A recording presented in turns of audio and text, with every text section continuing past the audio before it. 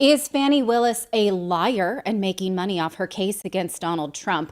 All of this, is it unusual also in the world of litigation? Well, we brought Lionel Nation back. That's Lionel Nation on YouTube. He's a legal and media analyst and one of my favorite guests. So, can we just sort of give us the lay of the land? Donald Trump is being pursued in Georgia by Right. someone who appears to be profiting off the lawsuit. So, a couple of questions. Is this that unusual? What are the rules around recusing yourself if you have these kind of conflicts? So take it away. Okay, first of all, that's not even the case at all. This is ridiculous. Like a little context. Donald Trump is being charged under Georgia law for racketeering. Think the Gambino crime family, racketeering. He has about 15 or so. It was 18, 15, I don't know, a bunch of people who don't even know each other. Pretty much. The only thing they have in common is they're on the indictment. That's So the they're defendants, claiming that he right? was a part of some racketeering enterprise. It's ridiculous. Now, Fani Willis is what we call in the business an idiot. And she did something which I don't understand. First and foremost, let's say you were the district attorney of Fulton County, Georgia, and you hired your husband. Okay, your husband. And you hired him. You say, I'm hiring my husband. That's not a conflict of interest. That's not anything. You can do that. There's nothing wrong with that. If you decide to prosecute Donald Trump and you say, by the way, I'm going to appoint my husband a lawyer, special prosecutor, there's nothing wrong with that. You just let people know this. It's not, there may be some weird nepotism statute or something in local, but there's nothing that would immediately throw you off the case. It's not a conflict of interest because Wait, you wait, have no wait. stake. But that you do have a financial stake though, because your husband would be paid by the state with taxpayer dollars, and so Doesn't that matter. would. Okay. Doesn't matter because we've already said this. You can hire your husband, and guess what? You're not paying him. The state's paying him. Okay, is he qualified? Yeah. Ashley Merchant, who was the defense lawyer for Mr. Roman, she's in there with her husband. Now, and I know they're defense, but it's husband and wife. They have a kind of a financial interest, so to speak. I don't know where this came from, this idea. Had Fani Willis said, by the way, Judge, this is my boyfriend, lover, boy toy, the garage door lover. This is Mr. Wade. We've been seeing each other since 2019. I've appointed him special prosecutor. He makes more than anybody per hour. Why? It's my discretion. Might not be the wisest move. They say, okay, that's it, full disclosure. That will be the end of it. Now, there might be other reasons that she might be breaking ethical rules, but they're going after her for conflict of interest. And they're saying that she somehow, because she's romantically involved with him, because she's paying, or the state is paying him, that they're going to somehow enjoy this, that she's going to go on trips by funneling money to her. By the way, this is a woman who's worth over $8 million, and nobody's ever figured that one out.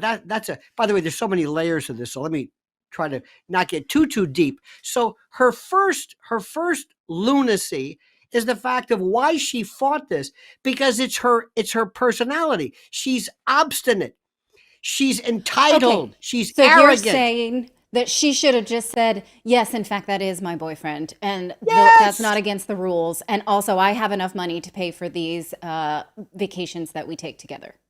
First of all, it's none of your business. I'm paying him. What he does with the money, I don't know. I don't care. Hmm. I don't know what by the way, I've got my cousins answering the phone, my brother-in-law Larry's in the back. I mean, this is, everybody knows this. There's nothing wrong. But what happened was she says, oh, no. We didn't have a relationship until 2022. There we go. Now we're talking about perjury. You did it. You created something that you didn't have to create. So here we go. Now we're into that. And she turned on the afterburners, the arrogance, waving. Let me tell you something. I've been a lawyer now for 41 years. And I have, if I sat back in a chair, sat back and looked at a judge just with his arrogance, there would be excuse me, approach the bench. It's like, oh no, it's like, this judge, I don't know what happened to him. She owns this place. But let's go through this. Let me tell you what would be a conflict of interest. Let's say, Fani Willis, we're dating. the police officer or the detective or somebody who was a defense witness. That'd be a good one, because then she would have the thing is, does she have a stake in the outcome? No. Does the jury know about this? No. Does it? What is the conflict of interest? Now, what happened was Ashley Merchant never knew she would hit this gusher of an oil well of an issue with this. Never did. It just got worse and worse. Then you have these people. Now, I don't know if you just love soap operas like I did in the old days when they counted, but just following this, you've got Fani. And Fani calls her, but it's not Fani, it's Fani. And with all due respect to my Irish friends who might be reeling right now by hearing that. So Fani decides, no, I'm going to concoct some story. So she calls her father somehow. Why? I have no idea. And he says, you see, Judge, I don't want to be racist. It's a black thing because we black people hoard cash. And we're thinking, wait a minute. Where? Now we're going there. So let me get this straight, Nathan. You went with her, and also he brought his mother. You went on cruises in Napa Valley and wine tasting. And then after this is done, she says, okay, Nathan, because I don't have a checking account. Okay, what was that? 1,300, 1,300. You take hundreds, smaller bills, 15,000 for that. What about the tips? The car fare? You go, stick that in your sock. So she's paying this man back. So this man goes out, enjoys a time with his betrothed or his lover or whatever, and she pays him back cash, which he can't account for. And the story is just bizarre. Nobody's buying any of this. So it gets. If it's not as big of a zinger that he was her boyfriend, why did the defense team, and it wasn't Donald Trump's defense team, it was another defendant that brought this up as if it were a bombshell? That's all they had. Because let's throw it up. Let's see what happens. Right. And had Fani Willis said, yeah, we're going together. Okay, well, try something else. But it kept getting deeper and deeper. Then we get Mr. Wade. Now, Mr. Wade, of course, whenever he answers, he looked as though like he was passing a hockey puck Bezor, like he was in the worst pain. He was the best witness. Everyone's like, God, you could tell you've hit pay dirt. And he apparently was asked during a concomitant divorce proceeding on some type of pleading or something. They asked him, did you have sex or did you stray from your marriage or whatever it was during the course of this? And he, through this convoluted idea, said, well, I believe I was cuckolded. My wife strayed from the marriage in 2015, so therefore it's not a happy marriage. So no, it wasn't a marriage. So no, I did not. Now he's going back and perhaps committing perjury. So now this is getting deeper because of this ridiculous story. And it keeps going. Then he says, I don't know anything about this, about going to her home and the like. Lo and behold, they then go back into this cell hawk, this tracking device, this tracking that says, Mr. Wade, we show here on two particular reasons. You getting, I guess, a booty call. I think that's what the kids call it, Natali. I'm not sure, but getting a booty call at 1:45, and you going over to this area. Right. That They looks just like used her place. cell data triangulation to say, Yeah. you spent a lot of time over at her Wait a minute. house. Yeah. Well, wait a minute. Till 4 a.m. where you left. She responds with this. Well, that tracking doesn't mean anything. Wait a minute. That's the data you use to put people in prison. Now, all of a sudden, defendants are saying, what was that? What was that? Whoa. Right. If I had a case there that they had used that against me, I would say, oh, okay, this is interesting. The state doesn't approve of this anymore. So it gets deeper. I mean, parents should tell their kids this. Look what happened. All she's got to do is just say, so it gets better. Then we get this guy, my favorite, Terrence Bradley. This guy, I can't even diagram his. He's texting. First of all, folks, don't text. Yeah. Anything other than have a nice day, smiley face. But when we're saying, Okay, Natali, I'm getting the drugs. Are you? No, don't do this. It's Yeah, you can't dummies. erase. Don't do this. Yeah, you can't erase this. So anyway, so I Ashley, by was the way, my mom and I went to Starbucks and they accidentally gave us two cookies and we paid for one. And I texted it, and I've been nervous about it ever since because of the NSA. We inadvertently yeah. stole a Starbucks cookie, and I'm implicating myself here. So, yeah, you Well, don't do that, don't feel guys. bad. Don't feel bad. One time I was at a dollar store in New Jersey, and which is one of my favorite places. I got my globe there, and I walked out with this little stupid thing. I don't know what it was. It was $1. So I thought, wait a minute. If I get arrested, Yeah. Lionel arrested for stealing from a dollar. So I said, let me go back and pay for it. The line, of course, was down the block. And I said, I only have one thing. Can I jump the anyway? So I know you're this paranoia that we live in. But going back to Terrence Bradley was the law. This was the law partner or the associate of Mr. Wade. Now, for some reason, and we've never figured this out. What Ashley, who by the way is Ashley Merchant, is the new superstar. Fox News or whoever, this is it. This is your new legal whatever it is. Because these other people are so boring, it's not even funny. But she says, now they're texting. Imagine this. This is a bombshell here. I hope I'm right. And Terrence Bradley says, don't worry, it's okay. Have faith. Are you sure about this? Yes. Are you sure they actually were a couple prior to 22? Absolutely. Come on, girl. You can do it. Okay. They go into court, and he looks like I've seen hostage videos that were more up. He's, well, like Nathan Thurm, I don't know if I'm speculating. He's like, Terrence, it's me, Ashley. Remember this? Who the hell are you? You told me absolutely. Well, I don't want to speculate. You're speculating here. What's going on here? So anyway, they don't know what happened to him. So then here's the best part. And I'm going to say that line a lot. Here's the best part. There's 9 million best parts. You would think that Fani Willis and her office would say, great, get this guy off the stand. Don't upset him. He's great. He's not answering the question. Shut up.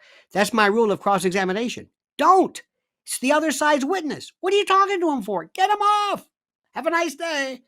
So they get him on the stand, and the lawyer from the district attorney's office said, so let's talk about why you left that office. It was because of an allegation about sexual assault or sexual battery, wasn't it? And he said, what? Now that's out. You left because somebody... I say, whose witness is this? Why are you impeaching? So he's saying, wait a minute, I don't know anything about this. And where'd that money? Did you pay her $20,000? Well, maybe. Where'd that money come from? Well, I had some money left in the escrow account. Oh my God. If anything that will get you bounced in terms of a law practices, you're paying from an escrow account? Wait a minute, what? And it gets deeper. Remember the expression, if you find yourself in a hole, stop digging. It gets deeper and deeper. Then it gets even better. Cindy Lee Yeager. Who in the hell is Cindy? These names. She says, yeah, I'm a Cobb County Chief Deputy DA or Co-Deputy DA. I'm in my office with Terrence Bradley. Boy, he makes the rounds. He's everywhere. He gets a call from Fani Willis saying, now, they're coming after us. And I'm paraphrasing. You don't have to tell anybody about us. Does that sound like a threat to you? Yeah. The DA says, now, Natali, they're coming after us. You don't have to say anything, right? Right. She's asking for lies. Yeah. Well, there's that. Then there's another person who's calling him up. So he's being threatened. This guy, so what I say, okay, stop right there. Forget conflict of interest. Let's go after perjury, obstruction of justice, and witness tampering. Forget this little conflict of interest, because now we're looking at her basically having to have her Miranda rights read because you now are a subject. Remember, the governor of Georgia is Republican Kemp, who could have a little say in this. They have something called the GBI, which is like their FBI, the Georgia Bureau of Investigation. They can come in there and say, we're investigating you. So here's the best part, all right, to make it even more complicated. Let's say you're Donald Trump. Donald Trump is going to say, I have the most incompetent prosecutor in the world. Don't do anything. I wonder if I'm going to be prosecuted, better her than somebody who knows what they're doing. Yeah. So let's say she does the right thing, and they're putting pressure on her to step down and fall on your sword and be done with it. That, of course, is your ticket to, governorship, and it's over. And she's fighting tenaciously to keep this, even though she's ruining the case. Well, let's say it goes to another prosecutor. They reassign it. Goes someplace, I don't know, there's 159 counties in Georgia. Who knew?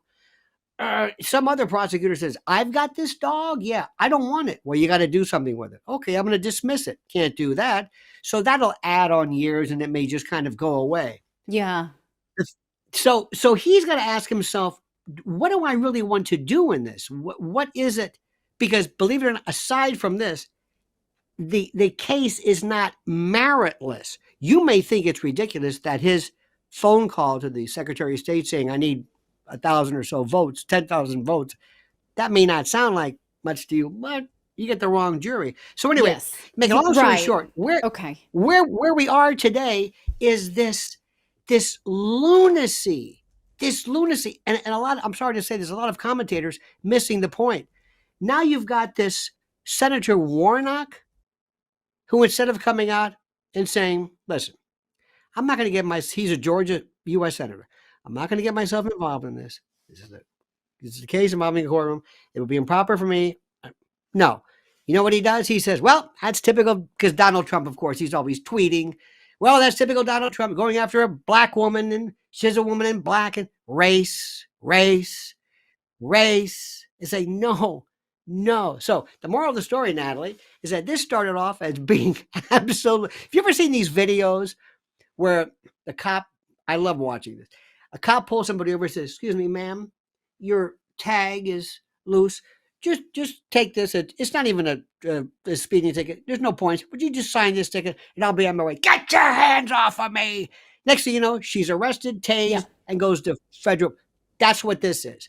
Taking something that was really not that big of a deal and letting your hubris and your this your ego, entitled attitude. Yes. And the thing about it, though, is that I don't want to talk about it. Race has nothing to do with this. I mean, listen, sometimes I'll tell you, look, if there's a racial component there, but there's so much mental fatigue to that trope, it doesn't work anymore. You can tell when somebody's lost an argument when they bring up race. So the plot thickens, and this judge, he doesn't know where he is. Right. He is wondering. I mean, because he's a Republican, he's got to think, now let's see. Do I dismiss the case? Well, I can't do that. Do I rule that there's a conflict of interest? Can't really do that. But if I don't do that, what will the Republicans think? There's a lot of politics involved here, obviously. But Fani is in big, serious problems. Now, one more thing, because I know I'm going too long. If this were Republicans doing this, she would already be in federal prison. The Republicans do nothing to fight back. Nothing. They just sit back and go, okay. They just let her do this. She's gone to black churches. She's violated so many ethical rules. Prosecutors are not, they owe a higher duty. Wait, what's wrong with her going to black churches? Where's the nothing wrong with going to black churches, unless you're saying they're coming after us because of my. Oh, she's riling up black churches with the race card. And commenting on a man who is presumed innocent. Yes. She's basically pleading her case. Prosecutor, she can go to a black church. She can go to a Starbucks and steal cookies. Doesn't matter. Like you and your mother did. And don't tell me you didn't, because I know you. And I know you're ilk. But they gave us two. We didn't know it until we were driving away. I can see it. The internet world was shocked today when Natali Morris was astounded. And I turned to my mom and I was like, where'd you get that cookie? She goes, they gave it to me. I'm like, I already have the cookie. What are we going to do? The plot thickens. We So literally were anyway, caught with our hands in the cookie jar. but this goes to show you, and I'm telling you, I think parents use this as a teaching method. The best thing in the world for anything is to say, yeah, that happened. Think about this. If she just said this, there would have been no Nathan Wade. You would have never heard anything. And by the way, his divorce, his wife's thinking 25-year marriage. I think she's ill, or, they have kids. And all of a sudden she finds out he made how much? About $1 million. Wait a minute. I'm looking at his income statements and he didn't say anything about. Nobody would have known anything about this. Wait, is their divorce not settled? So then she has a right to that? As far as I know, don't hold me to this. I know there's been some tentative settlement or agreement or something, whether it's actually you are a single man now, a free. I couldn't tell you. If Because it's he goes through not, something then if about- I were her lawyer, I'd be like, oh, that's interesting. Let's see where that money went. Oh, her lawyer's very good, because see, there's this thing that people think they have this thing called, well, we're separated. Excuse me. I don't know what you think that means, but that, as we say in the South, that dog don't hunt. That doesn't mean anything. What do you mean you're separated? Like, there's these, okay, maybe in your own mind, but you might be fully fledged married. But let me ask you something. Where does she get $8 million, $5 million in property, stocks, blue chip stocks, gold future? Wait a minute. She's been kind of with government service. I don't know if that's anybody's right to know this, but she's done very well for herself. Where did this come from? I mean, God, I want to talk to your financial advisor. $8 million? Yeah. What? Right. So they say, and that may or may not be relevant. But let me just tell you something. This is the most fascinating set of characters anybody has ever seen. I mean, and Donald Trump is thinking, I finally have something going my way. I finally have the most incompetent prosecutor, and they're fighting back and forth because she wants to hang on to this, because I'll bet you they told her, you stick with us, Fani. One day, federal judge, governor, president, vice president, Supreme Court. This is your ticket. This is, and no doubt about it, this is one of the most serious and most important prosecutions in American history. A former president for racketeering? RICO? My God. This is not just, tampering or overvaluing your real property. This is serious. So she may have to say goodbye to this. Okay. I mean, she is a embodiment of the phrase, what you resist persists. But you say the case is not meritless, but we have seen that there were missing votes in Georgia. So does that matter? Yes, but that is maybe for the prosecutor who ultimately handles this. This is a pretrial, subsidiary, ancillary matter as to her fitness to proceed against a case that is not meritless. This is just about her. This is her. Now, let me ask you this question.